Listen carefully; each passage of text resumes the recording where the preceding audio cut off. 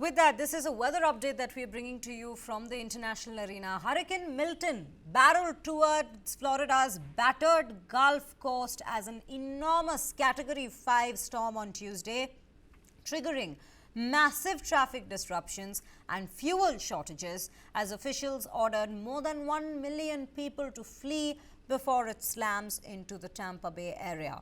Now, Milton, which exploded on Monday into one of the most intense Atlantic hurricanes on record, was forecast to make landfall late Wednesday or early Thursday, threatening a stretch of Florida's densely populated west coast that is still reeling from the devastating Hurricane Helene less than 2 weeks ago. The U.S. National Hurricane Center on Tuesday upgraded Milton back to a Category 5 hurricane as maximum sustained winds picked up to 165 miles per hour.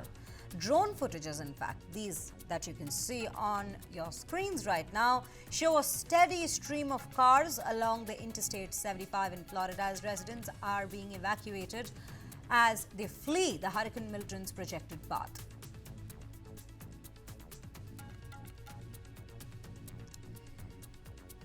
These are the visuals that we bring to you. Some areas of central Florida will in fact be getting up to 18 inches of rain with a high risk of life-threatening flash and urban flooding in metro areas of Tampa, Orlando, Daytona Beach, according to the National Hurricane Center. Now, evacuation orders have been given in low-lying areas and other vulnerable communities in 6 counties around Tampa Bay that are home to nearly 4 million people. Here is an in-depth explanation of how the hurricane has traveled along the coast. Let's listen in to the expert. Milton has re-intensified this afternoon and is now an extremely dangerous Category 5 hurricane. We've had data from the Hurricane Hunter aircraft in here just in the last hour indicating that the maximum sustained winds are now back up to 165 miles per hour. The pressure down to 905 millibars as we've seen this storm intensify. Satellite presentations improving, the eye is clearing out. Milton is moving off to the east-northeast now at about 9 miles per hour, currently about 475 miles southwest of Tampa. If you can leave, please. Just go. Find a shelter, a neighbor, somebody.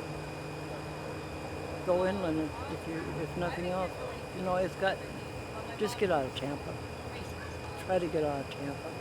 Well, we were ordered to evacuate, and if anybody knows anything about Florida, when you don't evacuate when you're ordered to, you can pretty much die. You know, they've had a lot of people here stay at their homes and they end up drowning, and you know, it's just not worth it.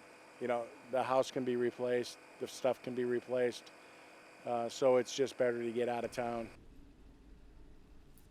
Now, as we speak of this very hurricane, an expanding Hurricane Milton churned towards Florida's battered Gulf Coast on Tuesday, where more than 1 million people were ordered to evacuate only a day before the monster storm is forecast to slam the Tampa Bay area. Let's take a look at this ground report that's come in from there to understand the impact of this very hurricane, which has now already crossed several areas in Florida and has made landfall in the coast. This could be the worst storm hit Florida in over a century.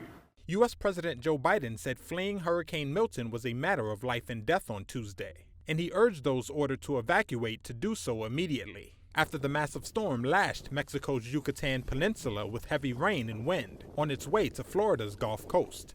A view from the International Space Station showed a monster storm that's expected to grow even larger before making landfall in the Tampa Bay area on Wednesday. Highways leading out of the area were jammed with evacuating Floridians. A direct hit on the bay would be the first since 1921. Milton underwent what we call rapid intensification. Dr. Daniel Guilford is a climate scientist for Climate Central. Rapid intensification is something that is becoming more common in a warming world. We know that as human beings increase the amount of greenhouse gases in the atmosphere, largely by burning fossil fuels, we are increasing the temperature all around the planet.